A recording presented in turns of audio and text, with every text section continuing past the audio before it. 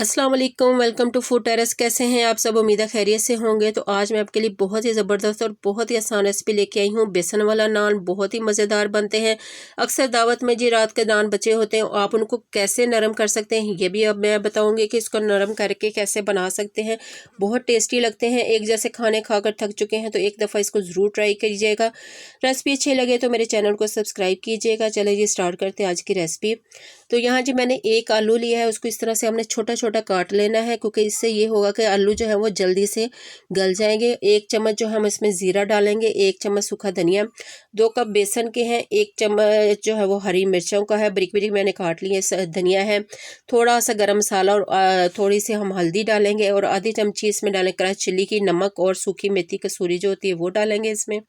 एक प्याज है, इसको मैंने इस तरह से बारीक बारीक काट लिया लंबाई में। यहाँ मैंने 2 नान लिए हैं। आप जितने नान फ्राई करना चाहते हैं अपनी फैमिली के हिसाब से ले सकते हैं। अब एक बोल लेंगे, उसमें डालेंगे हम ये आलू जो बारीक बारीक हमने काटे हुए हैं।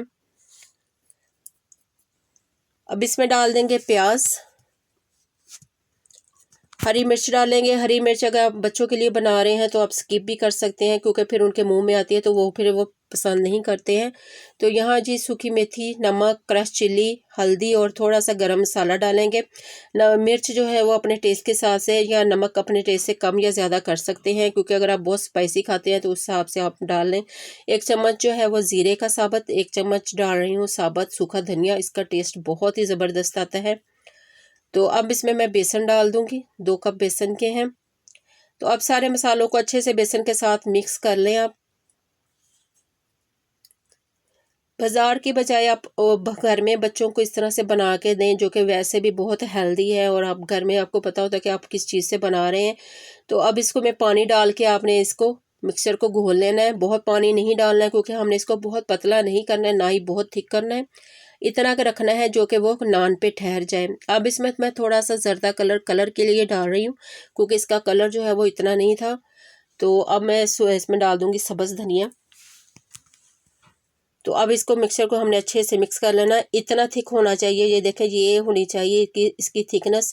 तो ये देखें जी हमने मिक्सचर जो है वो अच्छे से मिक्स कर लिया है। ये देखिए जी अब ये कलर आया ना, जैसे आप बाज़ार से लेके आए वो वाला कलर आ चुका है। ये देखिए जी तैयार है। तो अब इसको हम नान लेंगे, नानों के ऊपर लगाएंगे। नान मैंने फ्रेश लिए हैं, इसलिए मैं इसको पानी के साथ गीला नहीं कर रही हूँ। अगर आपके नान रात के पड़े हुए हैं तो पहले आप उसको पानी में गीला कर लें, उसके बाद आप उसके ऊपर ये बेसन का मिक्सचर लगाएं दोनों साइडों पे अच्छे से।